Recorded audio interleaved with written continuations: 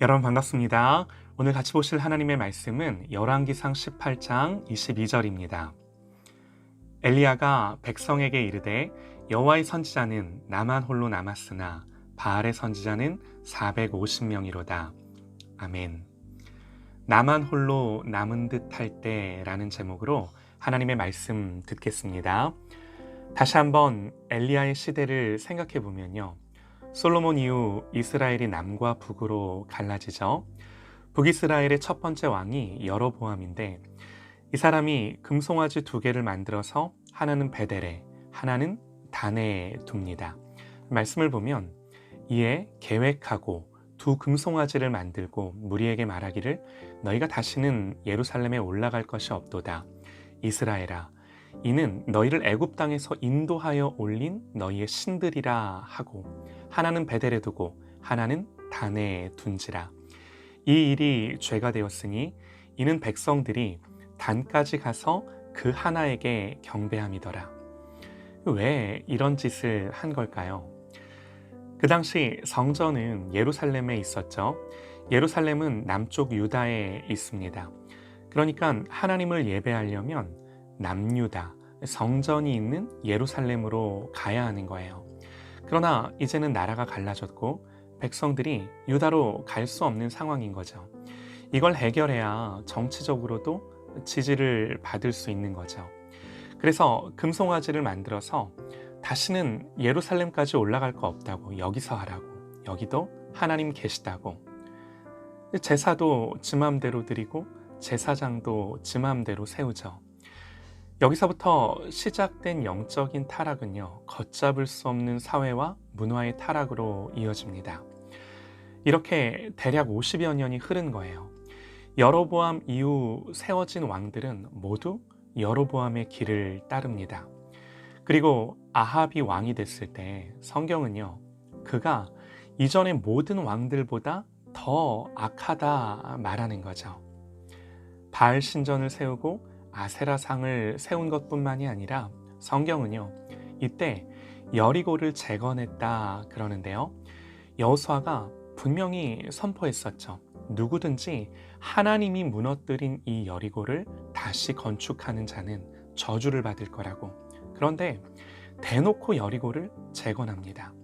하나님을 경외함이 눈꼽만큼도 없던 시대였어요. 조금도 하나님이 살아계시다라는 것을 자각하며 살지 못하는 때였어요. 이런 상황 속에서 엘리야가 등장을 하고 그는 비가 오지 않을 것을 선포합니다.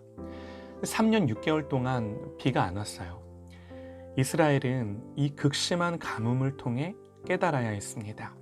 신명기 말씀에 너희는 스스로 삼가라 두렵건대 마음에 미혹하여 돌이켜 다른 신들을 섬기며 그것에게 절함으로 여호와께서 너희에게 진노하사 하늘을 닫아 비를 내리지 아니하여 땅이 소산을 내지 않게 하심으로 너희가 여호와께서 주신 아름다운 땅에서 속히 멸망할까 하노라. 신명기 말씀이에요. 그러면 비가 3년 6개월을 안 오면 이 말씀을 기억하고 돌이켜야죠. 그런데 돌이키기는커녕 깨닫지도 못합니다. 엘리야는 이 말씀을 근거로 기도했습니다. 엘리야가 기도했어요. 야고보서에서 분명히 엘리야는 우리와 성정이 같은 사람이로되 그가 비가 오지 않기를 간절히 기도한즉 3년 6개월 동안 땅에 비가 오지 아니하고, 신약 성경은 엘리야가 비가 오지 않기를 간절히 구했다 그럽니다. 엘리야는 생각했습니다. 신명기 말씀이 이러한데도 만약 이 하나님의 경고가 실행되지 않는다면 성경은 그저 옛 조상들의 이야기고 여호와는 그냥 이름뿐인 신인 거죠. 바알과 아세라만도 못한 신인 거죠. 그래서 말씀 그대로 엘리야는 비가 오지 않기를 기도했어요. 어찌 보면 모든 사람들에게서 등을 돌린 거예요. 그러나 제대로 하나님을 향한 거예요. 그래서 비가 오지 않는 것, 그 당시 모든 이들이 이 비 오지 않는 걸 엘리야 탓을 했어요. 아합이 엘리야에게 그러죠. 이스라엘을 괴롭게 하는 자여. 지금 이런 가뭄이 너 때문이라는 거예요. 그 당시 모두가 엘리야를 이렇게 적대시하고 엘리야를 눈에 가시처럼 여기는 거죠. 우리 생각에도 그래도 그렇지 어떻게 이런 기도를 해? 그러나 여러분, 진짜 하나님의 마음을 아는 기도 아닌가요? 오늘날 우리의 기도는 어떤가요? 믿음으로 기도해야죠. 그런데 무엇을 믿는 믿음으로 기도를 해야 할까요? 성경이 말하는 믿음은 들음에서 나는 믿음, 말씀을 들음으로 나는 믿음입니다. 믿음은 들음에서 나며 들음은 그리스도의 말씀으로 말미암느니라 그러죠. 전도서에서 악한 일에 관한 징벌이 속히 시행되지 아니하므로 인생들이 악을 행하는 데에 마음이 담대하도다 그럽니다. 지금 이스라엘의 상황이 그런 상황인 거예요. 엘리야는 지금 이런 이스라엘을 그래서 괴롭게 한 것이 아니라 하나님의 마음을 가지고 진짜 이스라엘을 위한 게 뭔지를 알았던 사람인 거죠. 이런 의미에서요, 여러분, 이 시대의 소망은 그저 코로나가 빨리 끝나는 것이 아니라 내 인생의 문제는 우리가 생각하는 어떤 보이는 문제가 그저 해결되는 것이 아니라 하나님의 자녀된 우리가 오직 하나님의 마음을 더 잘 알고 그 마음을 갖는 거예요. 하나님의 의중을 아는 것입니다. 우리는 보이지 않는 하나님을 예배합니다. 그러나 그 하나님이 실제하시고 통치하시고 다스리시고 모든 세상의 역사를 주관하세요. 그러므로 보이는 현상이 우리의 주된 관심사가 아니라 그 보이는 세상을 실제로 통치하시고 역사하시는 보이지 않는 하나님을 집중하는 것.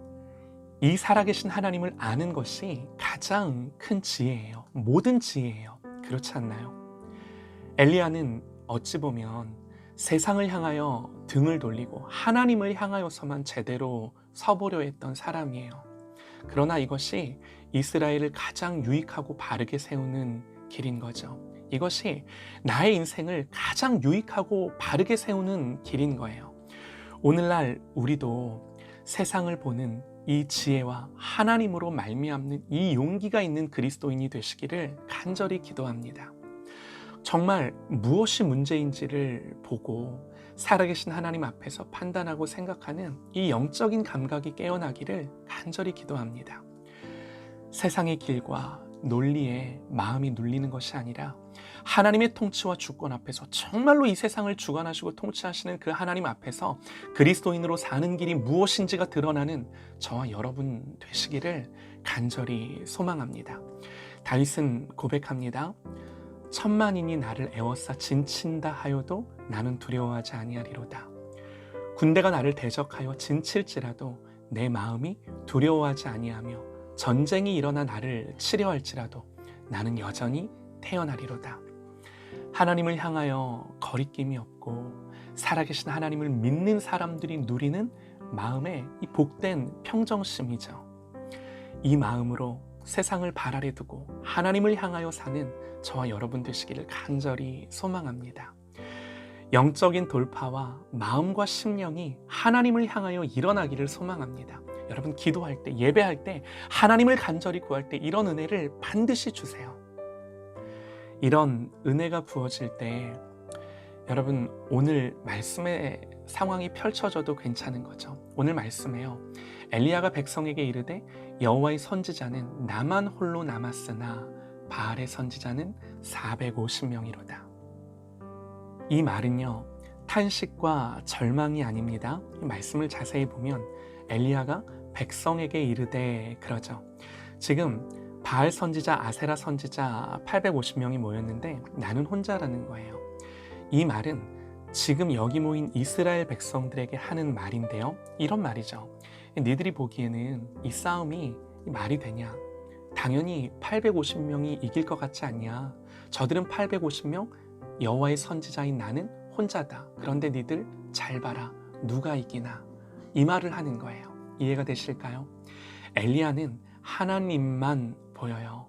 그리스도인은요, 수로, 힘으로, 가지고 있는 자원으로 싸우는 것이 아니라 오직 하나님으로 싸우는 줄 믿습니다. 그래서 우리의 기도의 본질은 하나님, 수가 많아지게 해주세요, 이게 아니라 내 자원이 많아지게 해주세요, 이게 아니라 내가 오직 하나님을 향하게 해주세요. 여러분, 이것이 우리의 간구가 되시기를 간절히 소망합니다. 나만 홀로 남은 듯 하지만 살아계신 하나님을 견고하게 붙드는 저와 여러분 되시기를 간절히 소망합니다.